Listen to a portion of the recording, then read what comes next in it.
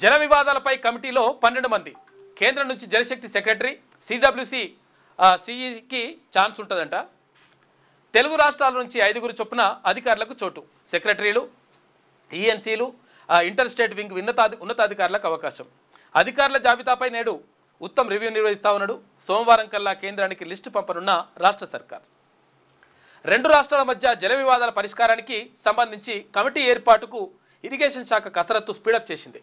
2 రోజుల కింద ఢిల్లీలో కేంద్ర జలశక్తి శాఖ మంత్రి సిఆర్ పాటిల్ నేతృత్వంలో తెలుగు రాష్ట్రాల సీఎంలు, ఇరిగేషన్ మంత్రులు సమావేశాన్ని నిర్వహించిన సంగతి తెలిసిందే. ఈ సమావేశంలో 2 రాష్ట్రాల మధ్య నెలకొన్న సాగునీటి సమస్యను సామరస్యపూర్వకంగా పరిష్కరించుకునేందుకు అధికారులతో కమిటీని ఏర్పాటు చేయాలని నిర్ణయించినట.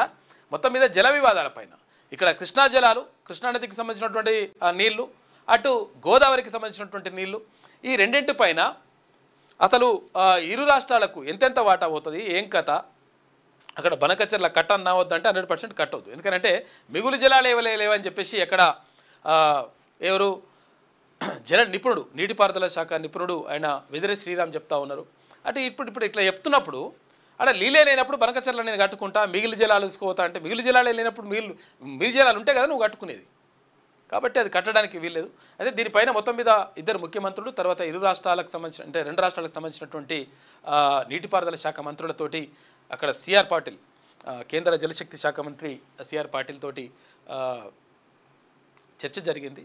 దీనికి అంటే మొత్తం మీద 12 మందితోటి కమిటీ చేసిరట. మరి ఆ కమిటీ ఏం చేస్తుంది, ఏం కథ, మరి తెలంగాణకి ఎట్లా చేస్తుంది, ఏం కథ అనేటువంటిది చూడాల్సిన అవసరం ఉన్నది.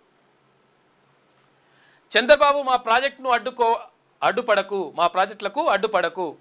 మీకు 2 రాష్ట్రాలు సమానమైతే రాయలసీమ ప్రాజెక్టును రద్దు చేయి. మా ప్రాజెక్టులకు సహకరించకపోతే పోరాడైనా సాధించుకుంటామని చెప్పి సీఎం రేవంత్ రెడ్డి అంటున్నాడు. చంద్రబాబు ప్రాజెక్టులకు అడ్డుపడక అంటే అడ్డుపడకుంటే ఎట్లుంటాడు ఆయన? ఆయన ఆ రాష్ట్రానికి ముఖ్యమంత్రి, మనకెందుకు చేస్తాడు ఆయన? కానీ చూడాలి మరి ఏం చేస్తారు.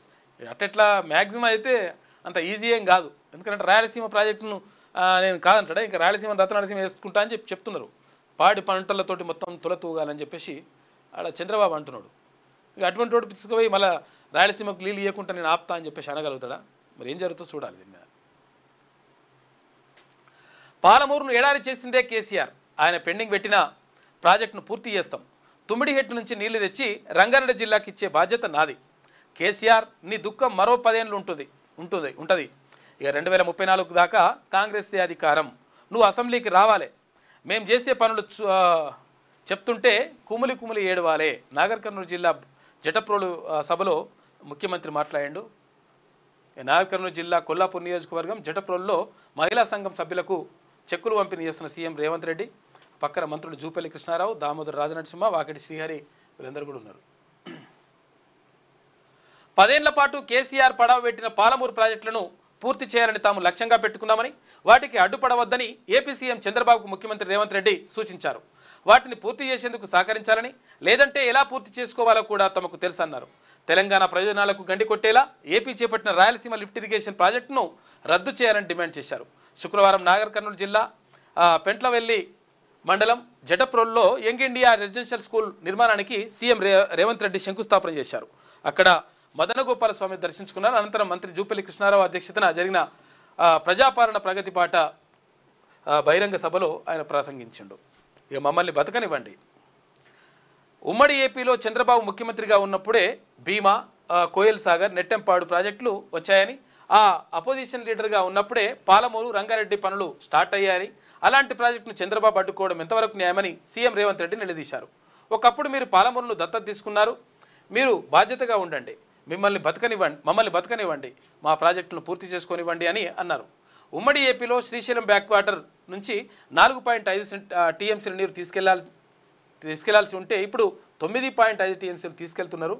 ఇదంతా కథ ఏందని చెప్పేసి 100% ఇక్కడ మా పాలమూరు బిడ్డలకు మంచి జరగాలని చెప్పేసి సీఎం రేవంత్ రెడ్డి అంటా ఉన్నాడు.